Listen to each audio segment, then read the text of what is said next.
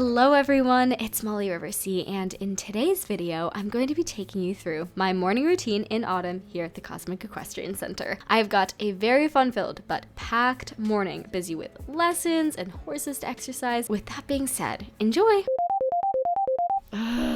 Too early.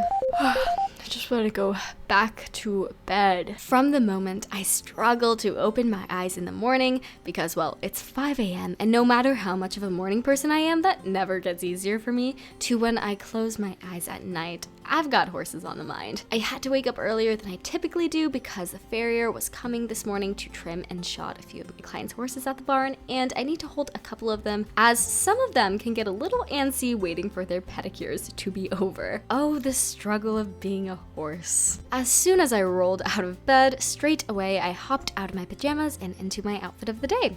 So I was wearing my tall boots, breeches, and of course a base layer with a coat because it was a very dewy, chilly fall morning. Then I put my hair up into a half up, half down little braid in the back to just keep the wispies out of my face, put on some light makeup, and then it was time to hit the road. I actually drove down to the city today and stopped at Leonardo's ice cream parlor to get my breakfast. Because, well folks, it's never too early for ice cream. No, I'm kidding, although my previous statement stands true. I needed something a little heartier. Leonardo's might be an ice cream shop, but they also serve up a mean cup of coffee and some delicious pastries during morning hours. So I bought a cinnamon roll with my usual coffee, and this sweet, gooey treat was perfectly comforting on this early golden morning. Before I headed out to the barn, I did a bit of window shopping because I don't get out to the city too often, and I admired all the fashionable riding attire and tack before I dragged myself to the trolley because it was much too early to get in and shop, and I had farrier appointments to get to. I had to wait for the trolley a bit to get back to the good old countryside. And as you can see here, we've got an intense list of to-dos today, so let's jump right into it. Alright guys, the farrier should be here any second now, so I'm gonna get the hungry horses their breakfast and then grab the first victim.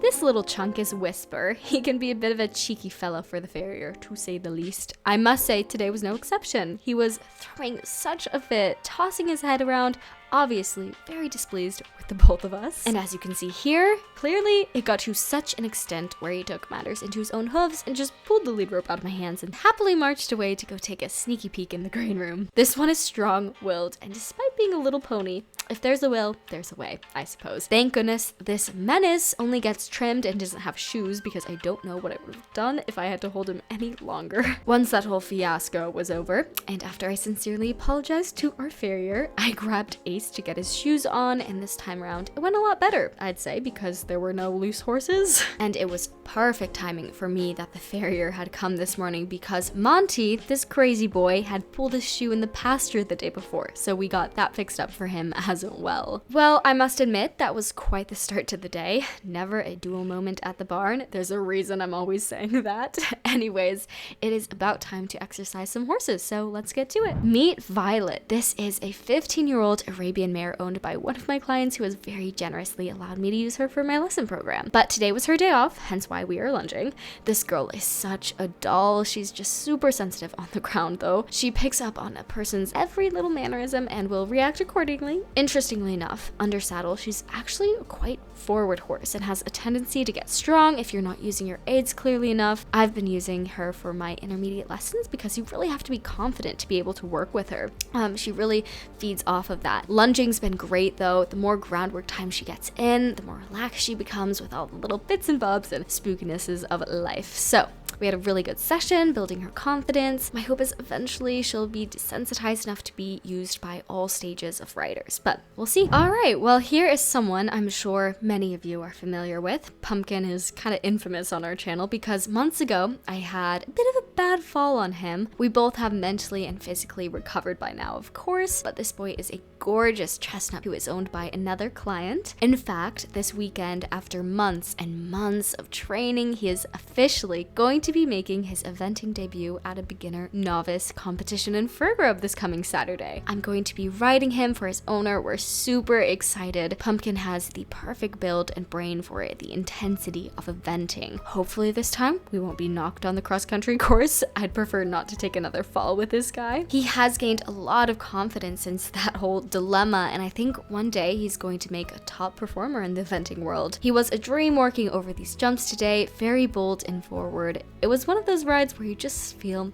at peace afterwards. I was very, very pleased with him. Once I put Pumpkin away, my recently imported stallion Dante and I had a dressage lesson with a Grand Prix dressage trainer, Elizabeth Northright, because guess what? 2 for 2, I also have a first level dressage show on Sunday, so we're getting in all the training we can muster. It'll be the highest level specifically dressage show I've done. In the past, I usually have been to low-key dressage schooling shows because I'm an eventer, and eventing dressage is quite a bit different than dressage, so I've never felt the need to get too deep into that world, but I suppose that's all changing with this fancy dressage stallion of mine. In any case, Dante was feeling super energetic today. I can always tell when he's feeling fresh because he'll have some very fancy feet in his extended trot and really showcase all that power he has in this gait. We also did some bits and pieces of our dressage test, and after our ride, he really used himself. He got super duper sweaty, so I hosed him down to help cool him off, and since there was a chill in the air, I turned on our solarium, which by the way is a new addition to the barn along with all the other renovations that were made. It basically emits heat, and it not only cools him down and dries him off, but it also relaxes his muscles. It's really good for them, especially during the colder seasons when their muscles can get stiff. He loves it. I swear every time I walk him out of the wash stall after a solarium session, he pauses like, nope, not done yet, leave me be. Once Dante was taken care of, our groom unfortunately was feeling sick today, so I sent him home to rest up and I helped pick up the slack and finished mucking stalls. After all that, I then made myself some apple cider and went down to our indoor to view the clinic that my intermediate students were taking part in today. Isabel Silverdawn was hosting this particular clinic. Absolutely love her. I've done a clinic with her before. That video is actually on my channel right around when I first got Monty. It was our first clinic together. But this clinic was called Jumping with a Purpose. They were doing exercises like incorporating ground pull work, doing some exercises on the flat to really enhance their jumping technique. And she also introduced another exercise with some courses. After my viewing session, my sister hauled all the way over from Fort Pinta with one of her horses, Ebony, so we could go on a hack. Racia, it is so on. Okay, little pony, go, go, go! Try to catch us. Not fair, those little legs can't keep up. Alright, we're here. Better luck next time. Yeah, we had you for a second. Sure. Not a bad view. Not bad at all. We took a wild ride down to the apple grove. I took my Welsh Belle and we stopped to pick some apples and filled our trail packs until they were overflowing with goods. All the apples were so perfectly ripe and crisp with it being apple season here on Jorvik, albeit it was quite an uncomfortable ride back, but the horses totally thought it was worth it when we came home.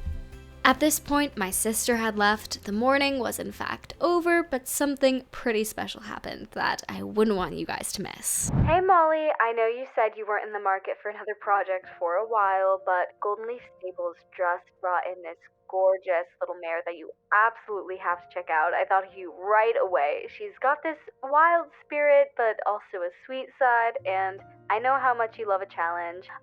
Think about it, just swing by, have a look. You don't have to commit to anything. So I drove over to Golden Leaf, my mind filled with excitement and a touch of apprehension because who was I kidding? I'd always been drawn to horses in need, and I knew that once I saw her, it would be pretty hard to resist. This stunning bay mare had a gentle yet curious disposition that made her incredibly approachable. It wasn't hard to tell that she hadn't been worked. She was on the chunky side from sitting out in pasture, which was is obvious by her round belly and weak top line. Overall though, she's got potential to be a head turner if you see through all that stuff, because despite it all, her conformation was quite lovely and showed she's built for stamina and versatility, so she could be a prospect for eventing. She stood at a nice 15 hands high, and I learned that her backstory is quite interesting. So she's 4 years old and was rescued from a difficult situation by Golden Leaf. The barn owners told me that she really has a heart of gold and really wants to trust. It's just been hard for her. Her history does lend her a bit of caution, but by the way she was moving, she looks as though she has a lot of potential. So who knows? She might even make a fit for my program. While I'm not making any decisions just yet, I found myself considering the possibilities. Her willingness to engage, paired with her calm demeanor, suggests she could be a wonderful companion for someone willing to earn her trust. As we wrap up this very busy autumn morning and a little bit of afternoon, I hope you all enjoyed coming along for the ride, from the barn antics to the thrill of meeting this new horse. I'm so grateful to have shared this day with you. Remember to subscribe to keep up with our adventures and be a part of our barn family here.